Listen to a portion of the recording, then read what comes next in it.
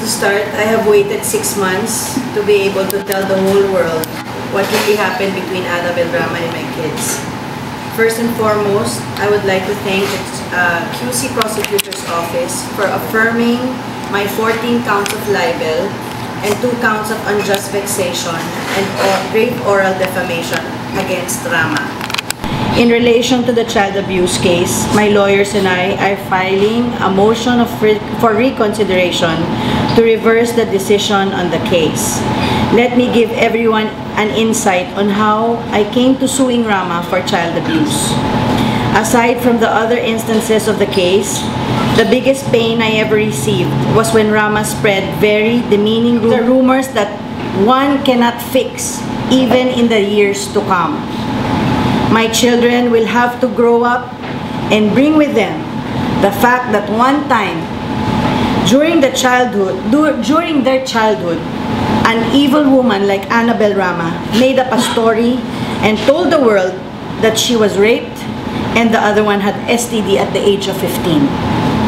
How do you expect me to prove to the world such rumors are malicious and created by a woman with such an evil imagination? Now, to Rufa, before you cry on national TV saying that hindi dapat idamay ang mga bata sa mga ganitong problema, say that to your own mother. Now you know how it feels, but 10 times more painful since my children considered you as family. And let me quote you on your crying interview on TV Patrol. Rufa said that Eddie is the best dad that anyone can ever have. We're not gonna allow anyone to ruin his reputation. Di bale ng mami ko, kaya niya. She's a fighter. Ako, marami na akong pinagdaanan sa buhay. But for us, don't talk about our dad.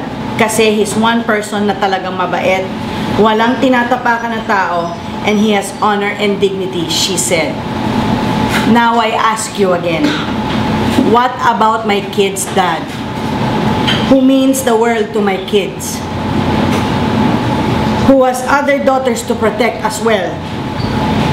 Who your mother claimed that raped his own daughters many times when she was 10. Again, you can say all what you want about me, but not my family and not my kids. I will take the higher road and not do to you what your family did to us. I will not call you names on national TV, on Twitter, and at press cons. I will let the court deal with that.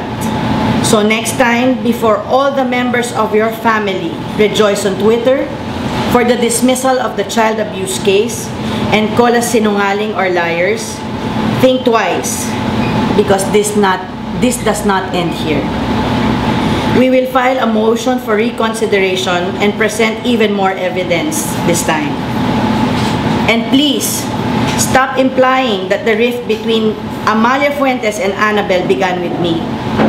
It wasn't I who went to the wake of Tito Joey.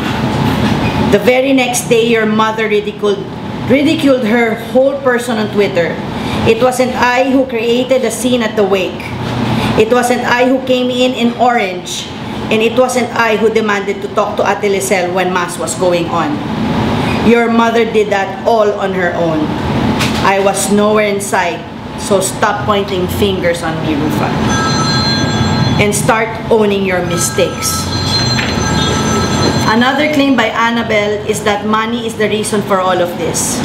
Let me inform everyone and make it clear that all the cases I filed against her are criminal cases, which mostly imposes penalty of jail time. I just want to enlighten the Gutierrez family that hindi lang kayo ang may pamilyang nasasaktan. Hindi lang kayo ang may mga anak na dapat protektahan. At hindi lang kayo ang may karapatan na ipagtanggol